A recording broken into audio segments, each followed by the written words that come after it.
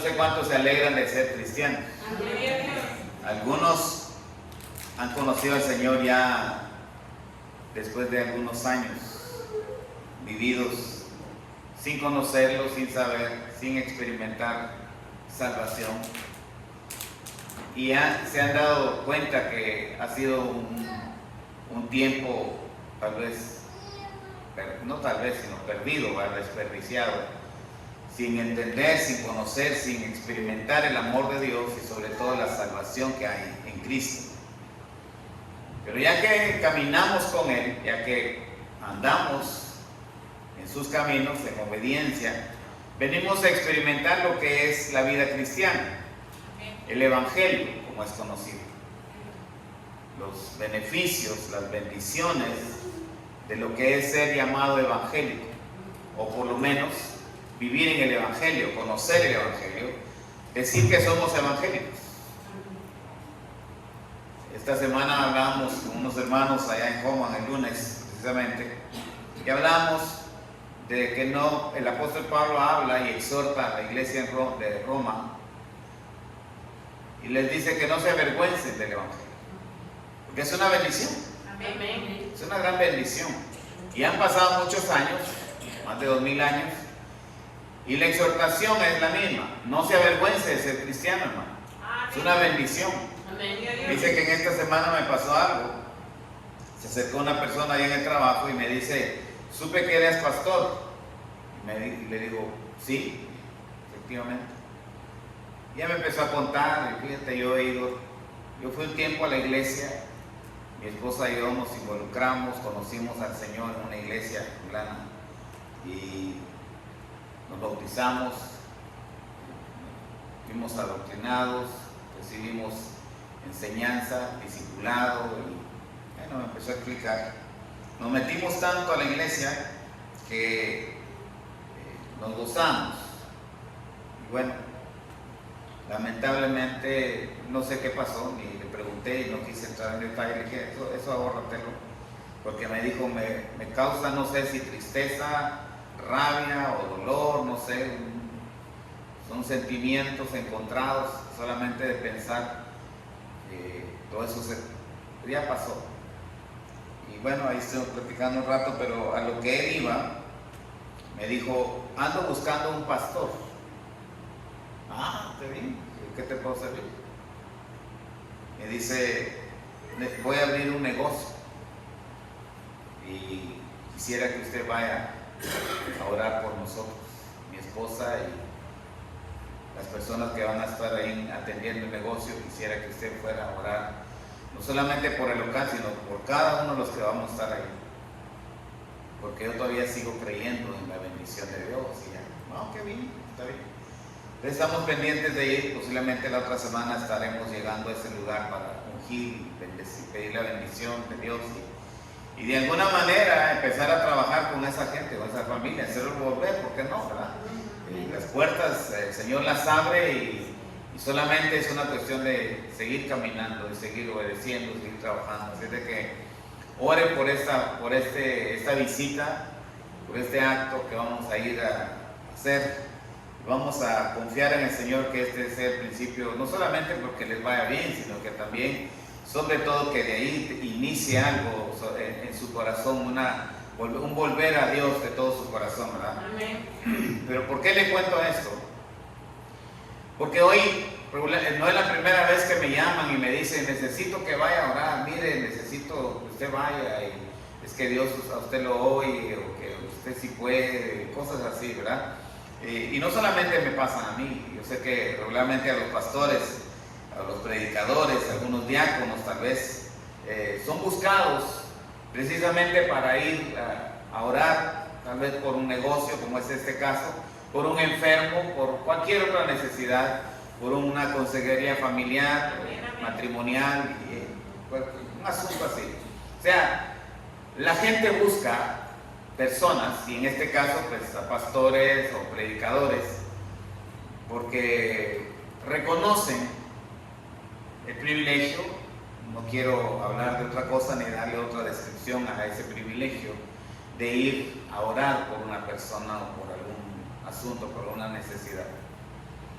Pero ¿cómo ha cambiado eso de 2000 años para acá? Porque al principio no fue así. Eso fue desde hace un tiempo para acá, pero al inicio de la iglesia, en los inicios de lo que es el evangelio en sí, no fue así. A los predicadores, en este caso a los apóstoles, los persiguieron. A los primeros predicadores que se levantaron, que llegaban a las ciudades con el mensaje de salvación del evangelio, fueron perseguidos. Muchas voces fueron calladas. Muchos de ellos fueron encarcelados, azotados y en el peor de los casos fueron asesinados. Muchos aserrados, dice ahí el libro de Hebreos, hablando acerca de los héroes de la fe, y ahí encierra una buena parte de predicadores en el inicio de la iglesia cristiana. Muchos murieron, muchos fueron atravesados con espada, y bueno, ahí lo describe, de cómo estos mártires dieron su vida por anunciar, por predicar. Bueno, hoy todo ha cambiado, y qué bueno, digo qué bueno porque aparte de la oportunidad, es una gran bendición tener la libertad que alguien le diga: venga aquí a mi casa, o venga a este lugar, o venga, atiéndame acá, o ayúdeme aquí, auxíliame acá, para buscar la dirección, la bendición, la respuesta, o que Dios haga algo, ¿verdad?, en la situación que se busca.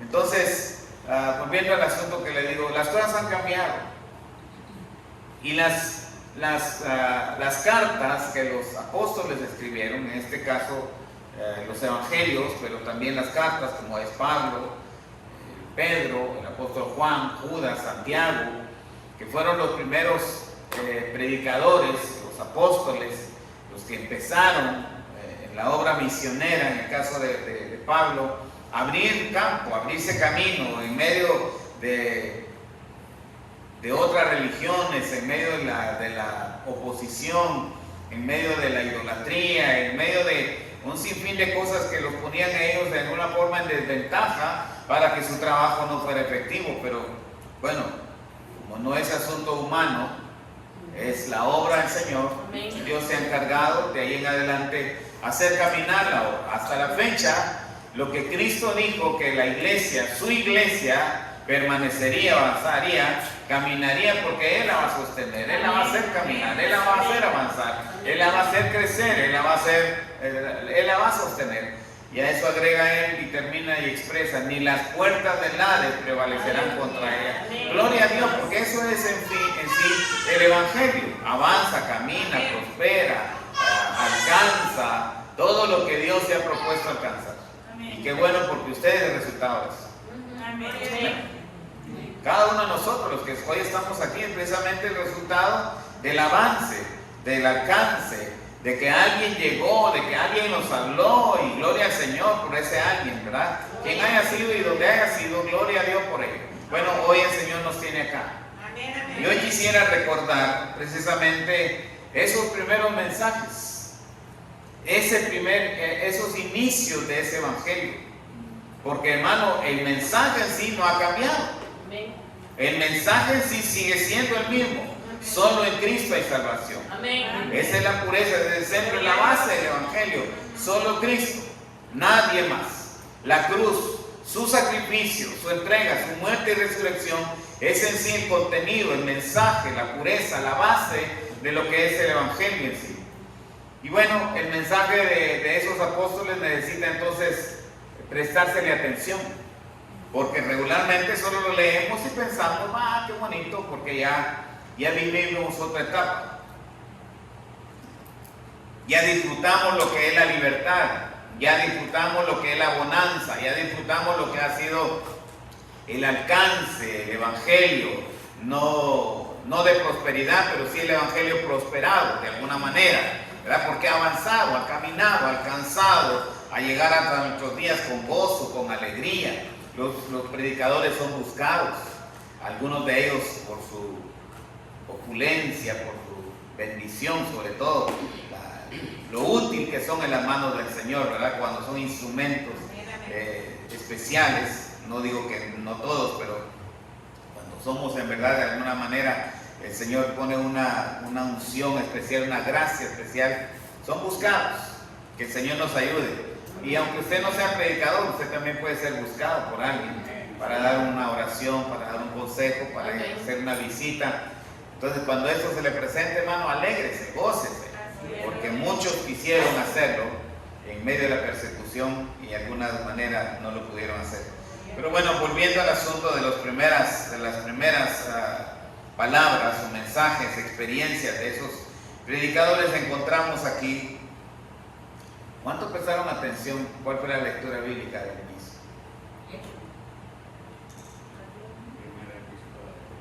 Primera epístola de Juan. Muy bien, es mi papá. ¿Cuántos versículos leí? Sin ver.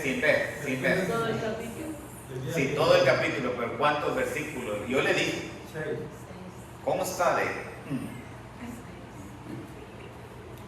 No fueron 6, ni lo abra. O bueno, ábralo, pero no conteste. Son 10 versículos. Para los que no estuvieron al inicio, pues los vamos a leer de nuevo, porque es precisamente ese primer capítulo que vamos a meditar. Primer capítulo de ahí, de primera epístola de San Juan.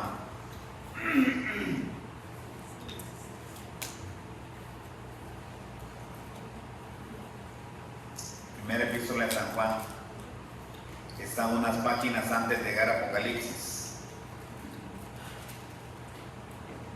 Precisamente este mismo es el autor del Apocalipsis. El hermano Juan ha escrito su evangelio. Algunos piensan que fue en el año 60 después de Cristo que el apóstol escribe el evangelio.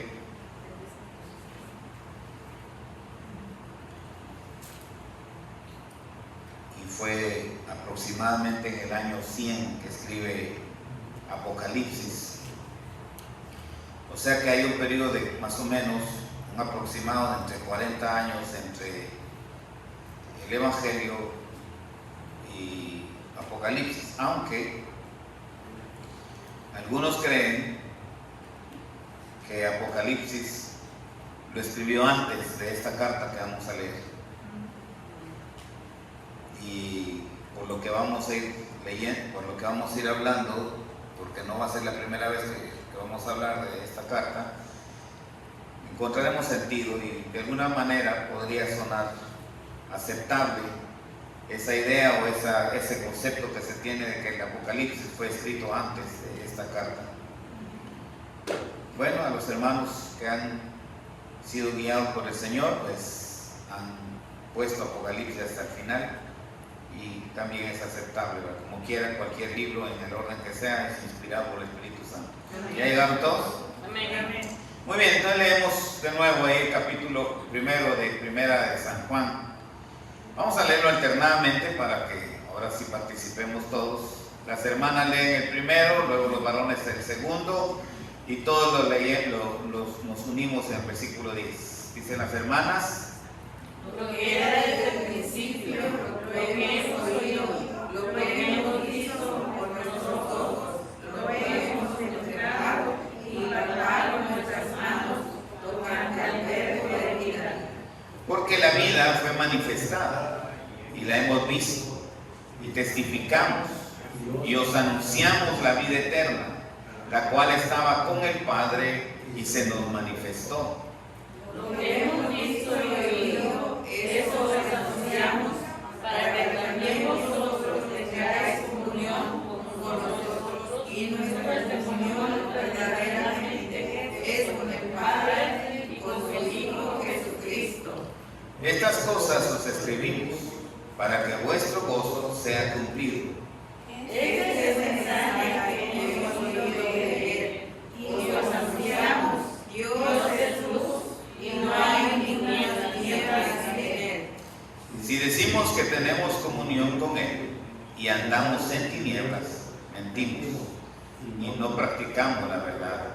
Porque si andamos en luz, como él está en luz, tenemos comunión unos con otros, y la sangre de Jesucristo su Hijo nos limpia de Si decimos que no tenemos pecado, nos engañamos a nosotros mismos y la verdad no está en nosotros. Si confesamos nuestros pecados, Él es fiel y justo para perdonar nuestros pecados y limpiarnos de toda maldad. Todos juntos.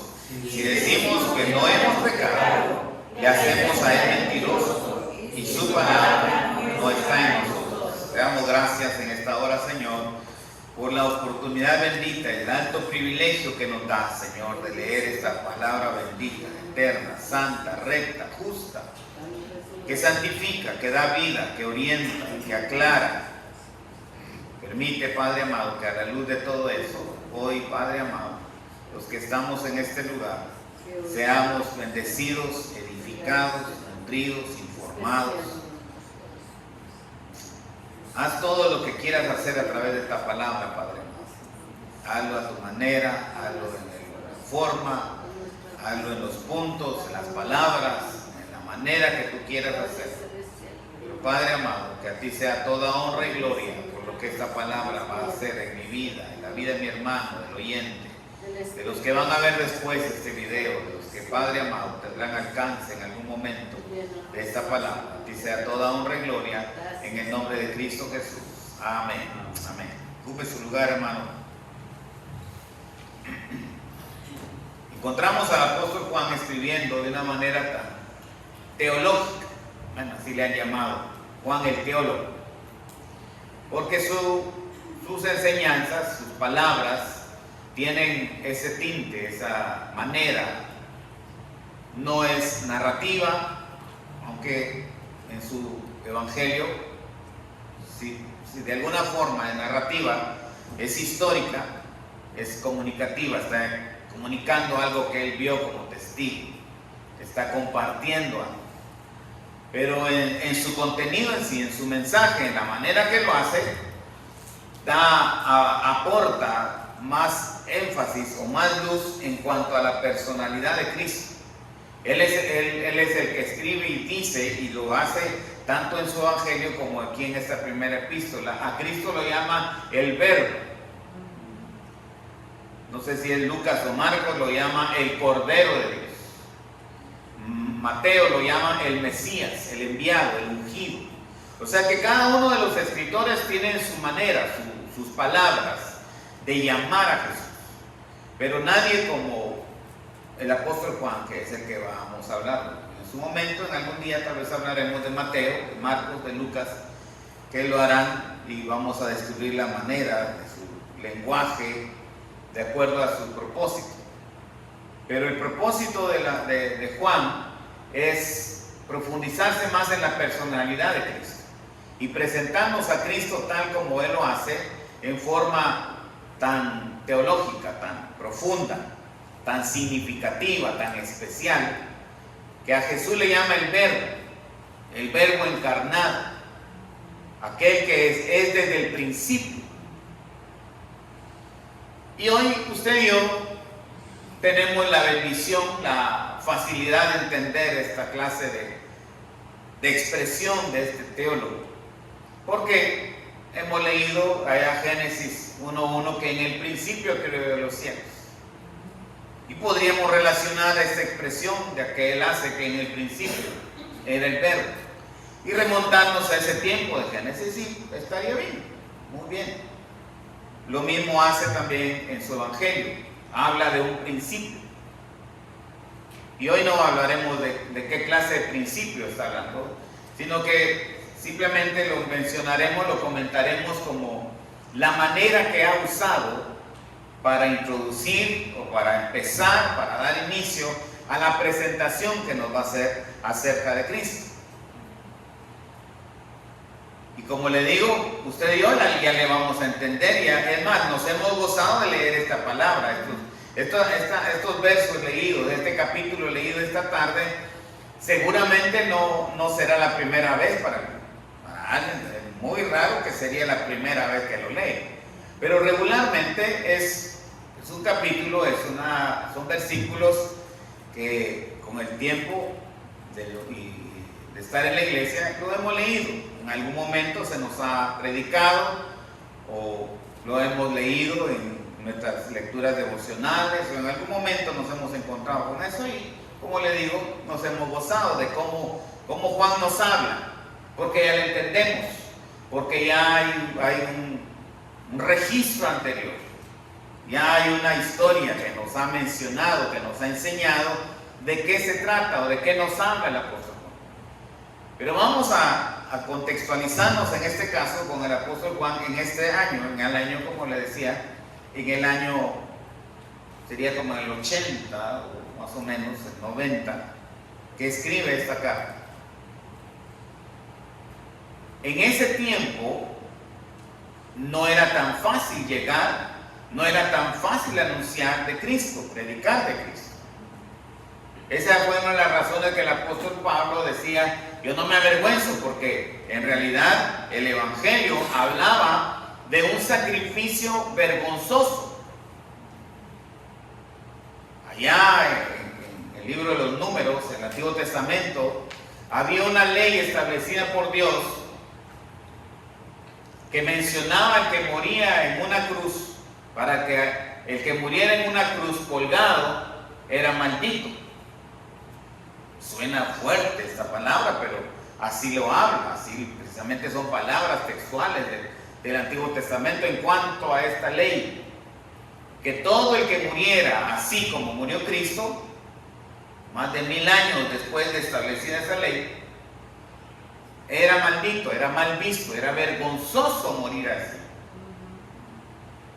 Entonces, cuando Pablo está hablando que no se avergüenza del evangelio, es porque está entrando a un campo, por llamarlo de una manera, a un terreno donde la gente viene de escuchar esa maldición o eso vergonzoso que es morir crucificado. Así como el caso de Pablo, ahora el apóstol Juan está llegando a sus oyentes diciéndoles precisamente de esto. En el principio era el verbo, y el verbo era con Dios, y el verbo era Dios. ¿Usted ya lo entendió? Pero resulta que en aquel tiempo, en el año 80 después de Cristo, hablar de eso era una locura. Era algo que no se podía explicar. Tendría que en verdad tener la bendición, la unción, la inspiración de Dios, del Espíritu Santo, para que esta porción que le ha llegado ya a usted y ahora se goza, fuera aceptada para los que leyeran esta carta. Especialmente si hacemos mención que en aquel tiempo había una oposición para el evangelio. Bueno, había varias, pero había una rama bastante fuerte que se oponía al evangelio, que venía de los griegos. Los griegos, que en ese tiempo eran los que controlaban todo, desde la política, la economía y también la religión, hasta el lenguaje. Allá era ley hablar, era una cuestión obligatoria, una regla, que todo el mundo hablara griego. Entonces el apóstol Juan escribe a los griegos y en este caso presenta su evangelio para contrarrestar, para atacar y para desmentir todo lo que en aquel tiempo venían hablando, en este caso una rama de las religiones de aquel tiempo, que se basaba en los filósofos. La filosofía tenía la fuerza de aquel entonces, era el fuerte para la política, para todo todo el trato de la vida. Los filósofos eran los conocedores, eran los sabios, eran los consejeros, eran los orientadores, eran los maestros, eran los buscados para solucionar problemas, para aclarar dudas. Y bueno, la filosofía en aquel tiempo era la base de todo. Y esa rama de la filosofía enseñaba a los gnósticos. ¿Oyen ustedes los gnósticos? Mucha gente anda buscando todavía eso.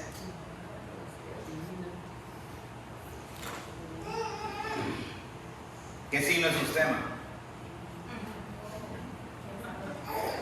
Yo soy Libra. Géminis. Mucha gente que solo se levanta y va inmediatamente al horóscopo, a ver qué dicen los astros, o a ver qué consejo hay.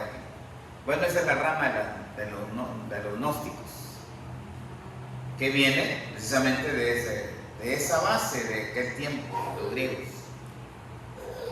Los gnósticos era la ciencia del conocer o del saber.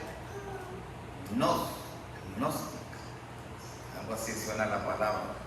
En griego era saber. Así es que los gnósticos, de la rama de la filosofía, hablaban que la pureza estaba en el hombre, en el conocer en sí el ser del hombre.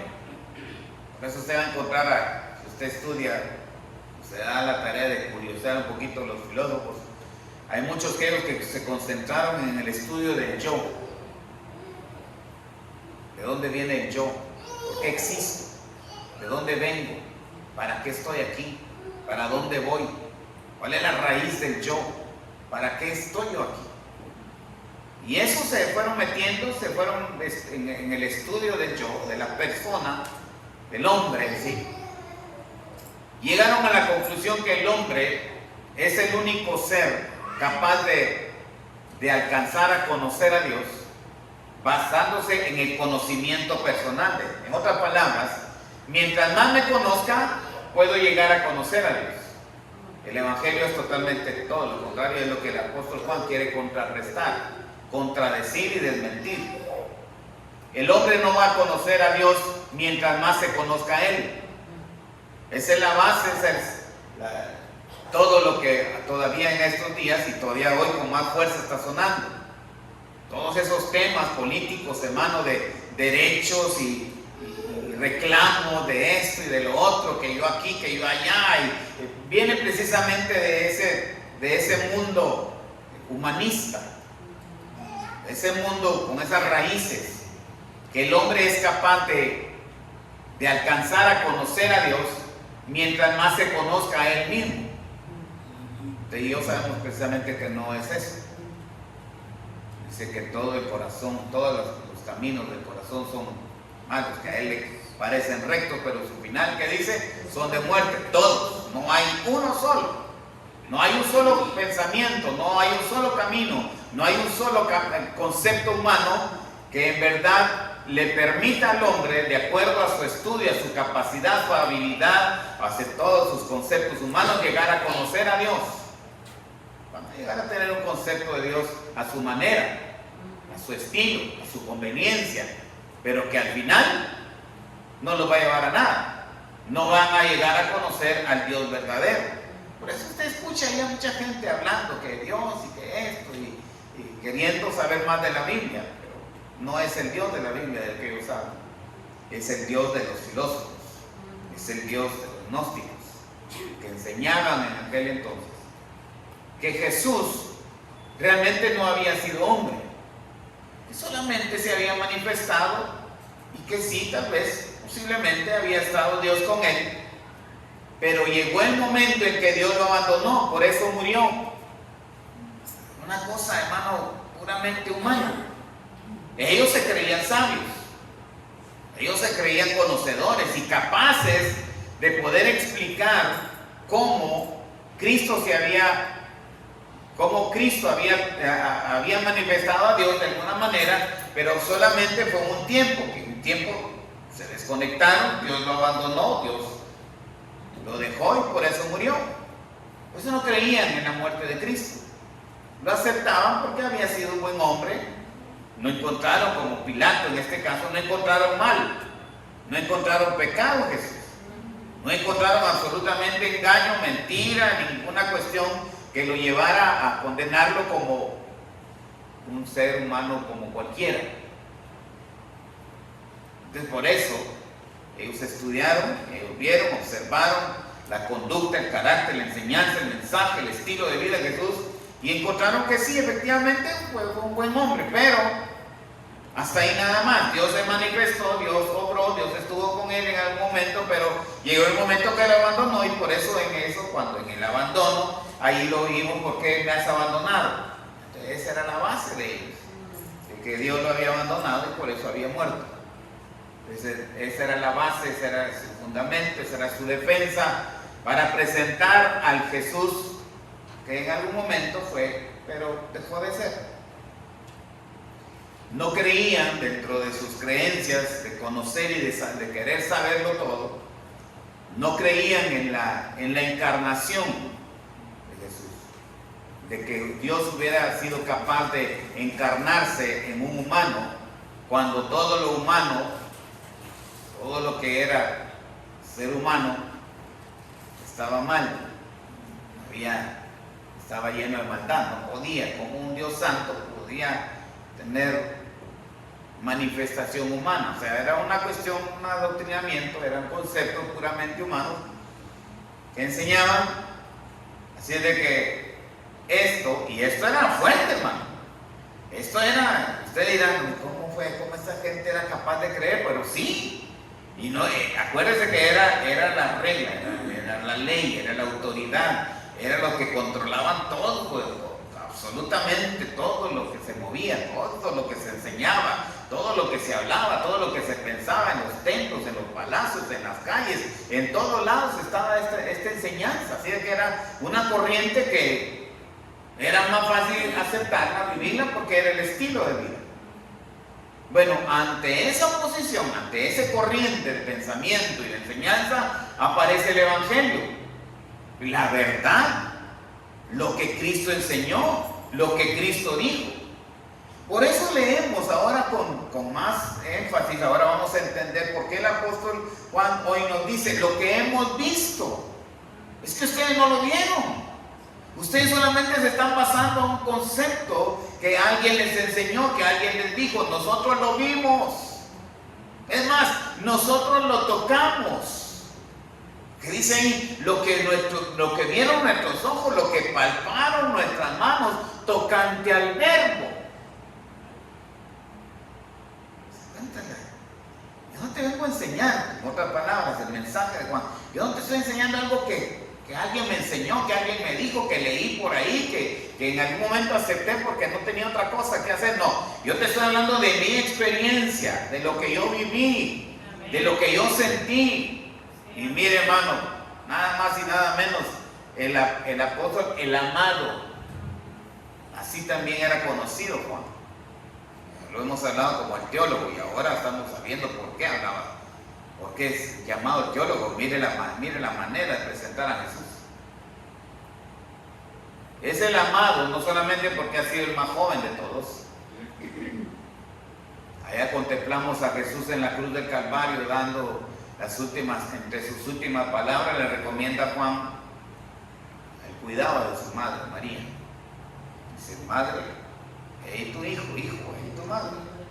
Le está encomendando, le está encargando, le está pidiendo que cuide a María. Está dejando bajo el cuidado de Juan. Yo no sé si usted lo ha encontrado, pero ahí dice en lo que fue la última noche, la llamada y conocida, la última Pascua, la Santa Cena. Juan se le recostó en el hombro a Jesús. Contemplamos una confianza, una afinidad, un acercamiento, una identidad entre ambos, entre Juan y Jesús. El amado, el más joven, el teólogo, el que vivió más cerca, el que al final quedó cuidando a María. Tenía esa confianza, tenía ese acercamiento, tenía esa identidad con Jesús.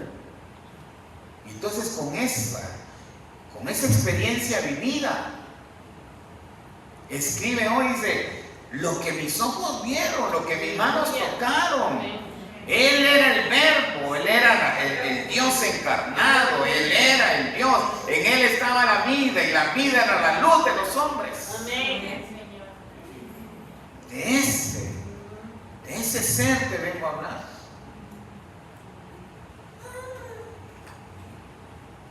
Sigue diciendo, lo que hemos visto, lo que hemos oído, lo que hemos visto con nuestros ojos, lo que hemos contemplado y palpado en nuestras manos, tocante al verbo de vida. Porque la vida fue manifestada y la hemos visto y testificamos y os anunciamos la vida eterna. Bueno, apenas le di la introducción, yo quiero hablar de los cinco conceptos, o digo, 5 razones por las cuales el apóstol Juan escribe. Ya hemos hablado cuál era la oposición, cuál era lo fuerte, cuál era la fuerza que había en aquel entonces para contrarrestar la verdad.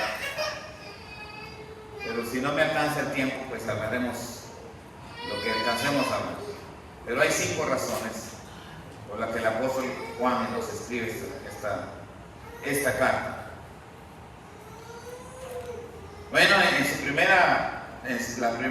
primer libro que escribe, que es el Evangelio, también da la razón por la que escribe el Evangelio. La razón por la que escribe el Evangelio lo encontramos ahí en su Evangelio. Si usted lo quiere notar, lo quiere dejar por ahí. Capítulo 20 de Mateo 30, 31. Él menciona entre todo y da la razón por qué ha escrito el Evangelio de Mateo. Dice: estas cosas os escribo para que creáis que Jesús es el Cristo. Estas cosas se han escrito para que creáis. Él ha narrado, él ha hablado acerca de los milagros, acerca de las obras, acerca de cómo Jesús manifestó, comprobó que era el Cristo. Eso lo ha registrado, lo ha dejado allá en su Evangelio. Pero hoy vamos a ver, como le digo, 5 razones que él menciona acá. ¿Por qué escribe este libro? Y veamos la primera, versículo 3 ahí del capítulo 1. Lo que hemos visto y oído, eso os anunciamos, para que también vosotros tengáis comunión con nosotros. Miren la primera razón por la que escribe. Hay algo que él quiere que sus oyentes, en este caso usted y yo, entendamos acerca del mensaje de salvación, del mensaje del Evangelio. Habla de comunión. Estas cosas, este libro, lo ha motivado porque él busca algo, que haya una comunión. Y la comunión es algo especial, no es solamente un reunirse, un estar acá. No, la comunión es una identidad, es una unidad, hermano. Es perseguir lo mismo, es sentir lo mismo, es pensar lo mismo, es vivir para lo mismo. Eso es comunión. Y la comunión es lo que él vivió con Jesús, lo que vivieron esos discípulos día con día, desde que se convirtieron sus seguidores, desde que se convirtieron sus discípulos. Guardaron una comunión tan especial, tan grata, que al final Jesús les encomienda y les dice: lo que yo les enseñé, ahora vayan y díganselo, enséñenselos a otros, para que estos lo guarden, lo cumplan y también les recomienden a otros. Eso habla de una confianza, que la enseñanza que él dio estaba depositada en buenas manos. Miren lo que habla, miren las bendiciones de esa comunión,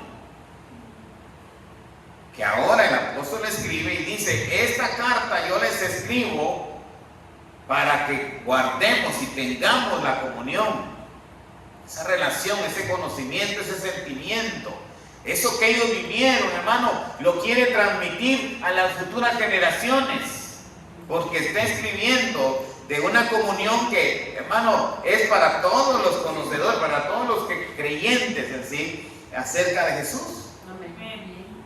Así de que la comunión de que el apóstol escribe acá, relaciona a usted, me relaciona a mí. Lo va a relacionar a todos los que vienen a conocer a Jesús, a todos los que vienen a creer en Jesús. Esa misma comunión los alcanza. Pero más que alcanzar a otros, más que guardar a esa comunión, más que esa comunión sea entre ellos y nosotros, miren lo que termina diciendo este versículo 3. Para que también vosotros tengáis comunión con nosotros, y nuestra comunión verdaderamente es con el Padre y con su Hijo Jesucristo. Mire, hermano, lo precioso, lo glorioso de esa comunión. No es una cuestión de conocernos o de por lo menos saber cómo eran ellos y ahora cómo somos nosotros y la bendición de conocer. No, es también que esa comunión es con el Padre. Por eso ellos oraban al Padre en el nombre de Jesús. Tenemos que usted hace. Hermanos, espero que usted también ore. Con confianza, con libertad, con seguridad en su corazón, porque esa comunión es lo que hace. Y ese es el propósito por la que él está escribiendo. Este hermano Juan nos está escribiendo, nos está mandando a decir y explicándonos que en el principio ese verbo se hizo carne, porque en él estaba la vida. Y ellos fueron testigos de eso. No solamente porque lo vieron, sino que porque entendieron que en él estaba la vida. Y gozaron ese tiempo y disfrutaron ese tiempo y contemplaron aquel tiempo y se gozaron en eso, y esa comunión los hizo, hermano, en verdad unirse en su momento y predicar con ánimo, con entusiasmo, convencidos que el tiempo que vivieron con Jesús fue en verdad una comunión especial con Dios mismo. Eso los hizo abandonar su vida anterior, sus negocios, su trabajo, su casa, su comodidad, sus costumbres, su lugar. Los hizo abandonar todo eso para que esa comunión que guardaron, hermano, iba a trascender tiempo, iba a llegar a muchos lugares, iba a impactar tanto su vida, hermano, que vemos al apóstol Juan morir en la condición que murió. Bueno, el resto de ellos también. Pero hablando en específico de este fue el último de los discípulos en morir. En el año 120 más o menos, el último que murió.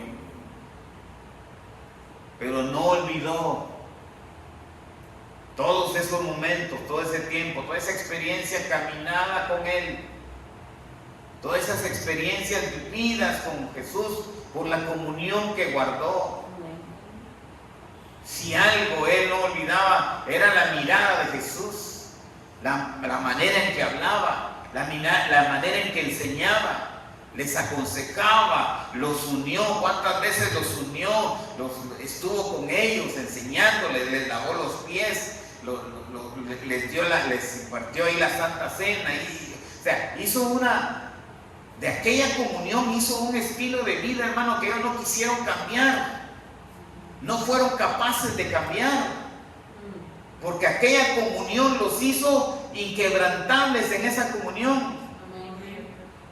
Dice, esa comunión es verdadera. Aleluya. Esa unión no se rompe, no se disuelve, no se esfuma, no se termina, no se acaba. Esa comunión verdaderamente es con el Padre. Amén.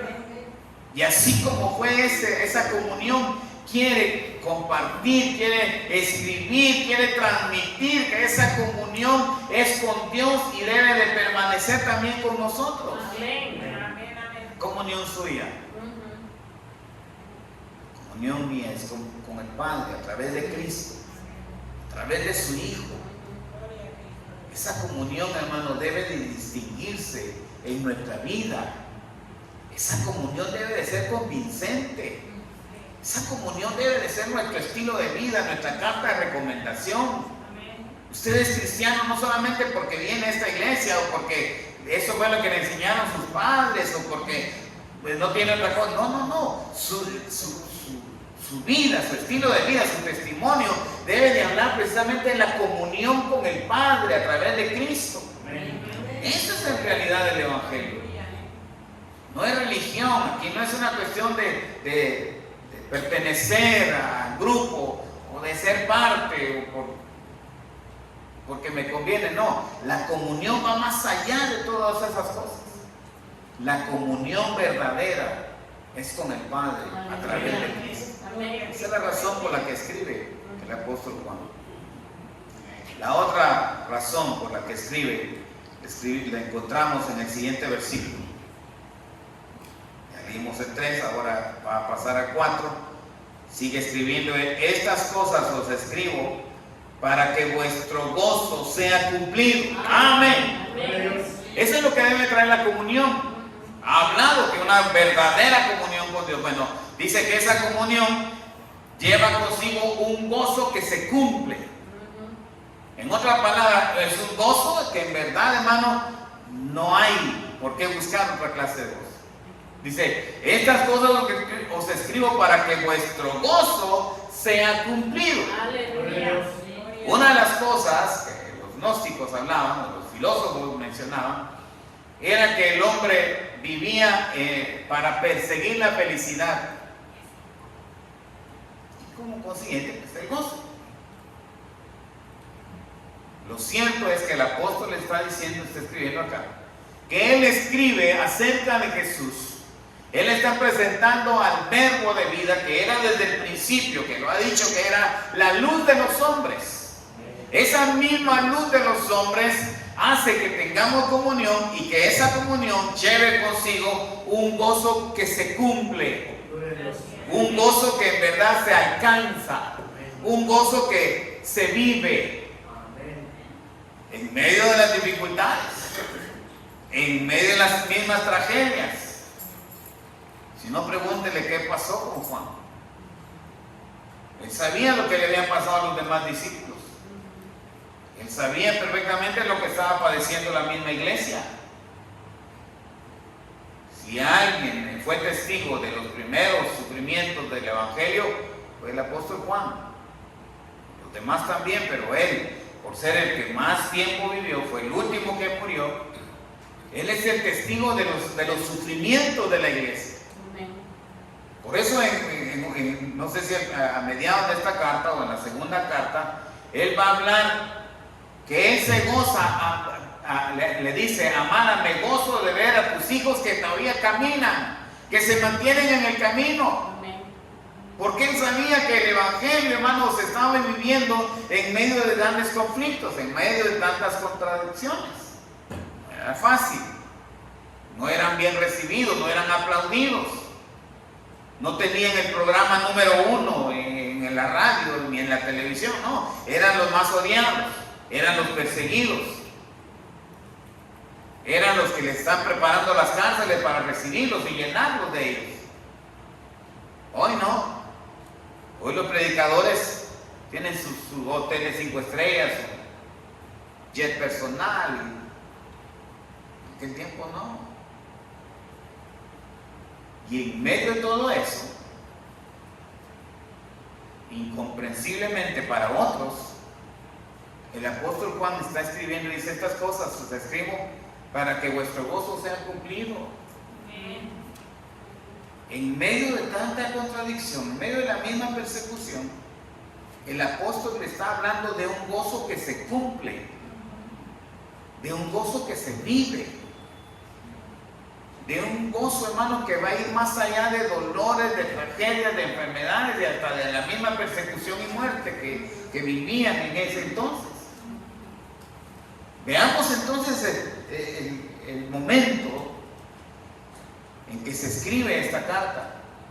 No era un tiempo de tranquilidad, no era un tiempo de prosperidad, no era un tiempo donde usted diga: no, el Evangelio estaba bien aceptado, bien recibido, bien aplaudido, bien visto, puesto en los primeros lugares. No. Entonces lo que el apóstol Juan está diciendo acá, que en medio de todas esas contradicciones, en medio de todas esas confusiones y aún en medio de todas esas enseñanzas que desmentían a un Cristo vivo, está hablando de un gozo cumplido, de una experiencia que se alcanza a través de una comunión plena con el Padre, a través de Cristo. Ese es el Evangelio. Esa es la realidad del Evangelio. Esas son las bendiciones del Evangelio. Así de que debe de haber gozo. Ahora, aparte de todo eso, en su momento el apóstol Pablo va a escribir que el gozo es fruto del Espíritu Santo. Es una manifestación de la presencia del Espíritu Santo en el corazón. Entonces debe de haber gozo, hermano. En medio de su enfermedad, en medio de su dolor, en medio de su problema, en medio de las dificultades, debe de estar la presencia del Espíritu Santo a través del gozo. Y esta carta es tan preciosa. Yo se la recomiendo. Léala, estudie. No la lea como cualquier otro libro. Y piense lo que le he dicho esta noche, lo que hemos aprendido esta noche. En medio de tanta contradicción, el apóstol Juan nos dice que lo que él vivió, él no se puede quedar callado. que lo que él vivió, lo que él experimentó, definitivamente él no se puede quedar callado. Esa es la exhortación que él nos va a dar en su momento. Porque más adelante él escribe y dice, el que dice que le ha conocido debe vivir como él vivió. Amén. Nadie puede decir que conoce a Dios y odia a su hermano. Y así nos va a ir él hablando más adelante, pero eso lo vamos a ver en su momento. Usted, si él lo quiere leer, si lo quiere ir estudiando, anticípese, vaya, adelántese, léalo. Esta misma noche puede empezar a leer esta misma carta. En su momento usted va a encontrar las razones que vamos a hablar más adelante, pero esta noche le he dado 2 razones, porque el apóstol escribe esta carta. Número 1, ¿cuál es? La comunión. Número 2, gozo.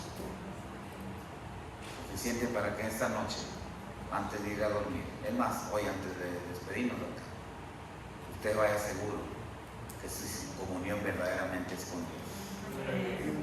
Y si usted está en verdad en comunión con Dios a través de Cristo, no de la religión, yo no le estoy hablando de religión ni de iglesia ni de otra cosa, yo le estoy hablando de conocer a Jesús, de conocer a Dios a través de Cristo. Amén. No a través de cualquier otra cosa, de lo que le hayan dicho, lo que haya aprendido, no.